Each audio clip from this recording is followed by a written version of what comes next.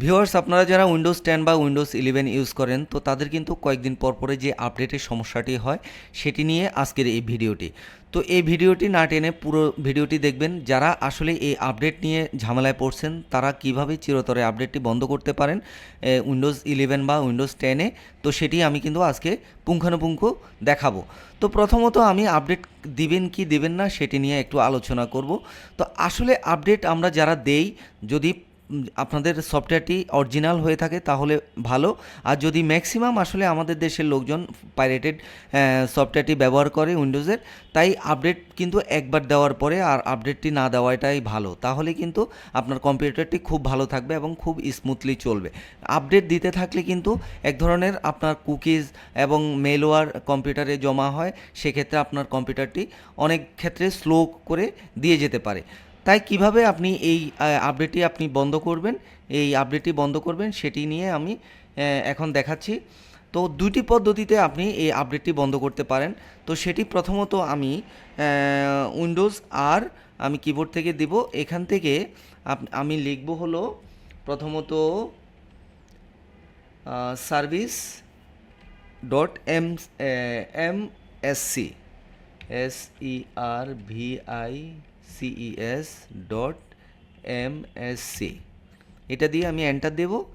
Enter দেওয়ার পরে যে আমার ডায়লগ বক্সটি আসছে দেখতে পাচ্ছেন, যে ডায়লগ বক্সটি, এখান থেকে আমি উইন্ডোজ আপডেট কোথায় আছে সেটি আমি এখন খুঁজে বের করব। তো আমি প্রথমত এখানে একটি সিলেক্ট করে ডাব্লিউ কিবোর্ডে চাপবো।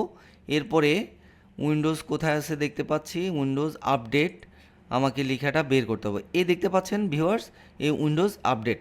তো এখানে আমি রাইট বাটন ক্লিক করব। রাইট বাটন ক্লিক করার পরে আমার প্রপার্টিজে যাব।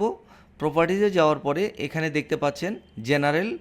তো জেনারেলে আমি এখানে দেখতে পাচ্ছেন সেটআপ টাইপ, এখানে ম্যানুয়াল দেওয়া আছে। আমি এটিকে ডিসেবল করে দেব। মানে ডিসেবল করে দিলে আপনার আর কম্পিউটারে কখনোই এই উইন্ডোজটি আর আপডেট নেবে না। এখান থেকে ডিসেবল করার পরে আপনি অ্যাপ্লাই দেব। অ্যাপ্লাই দেওয়ার পরে ওকে দেওয়ার পরে আমার কিন্তু এখানে কাজটি হয়ে গেছে। তো আরেকটি পদ্ধতিতে আমি এই উইন্ডোজটিকে ডিসেবল করতে পারবো, উইন্ডোজ আপডেটটিকে। তো সেটিকে ক্ষেত্রে কি করতে হবে, আবার আমাকে চলে যেতে হবে উইন আর দেওয়ার সাথে সাথে রান চলে আসবে। এখান থেকে আমাকে টাইপ করতে হবে REGEDIT, এটা দেওয়ার পরে ইয়েস।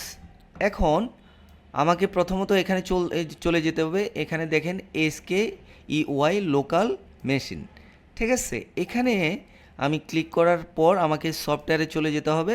সফটওয়্যারের পরে আমাকে চলে যেতে হবে একটু নিচের দিকে আমাকে যেতে হবে।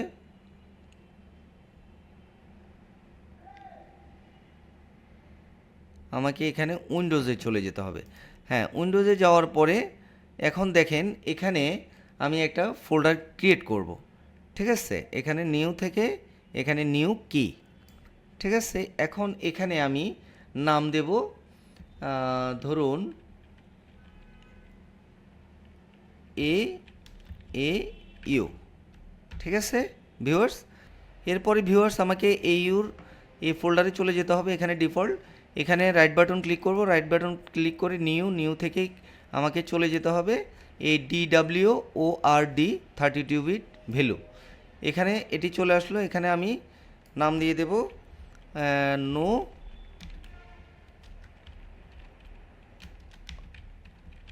অটো আপডেট, ঠিক আছে ভিউয়ার্স। এরপরে রাইট বাটন ক্লিক করে আমাকে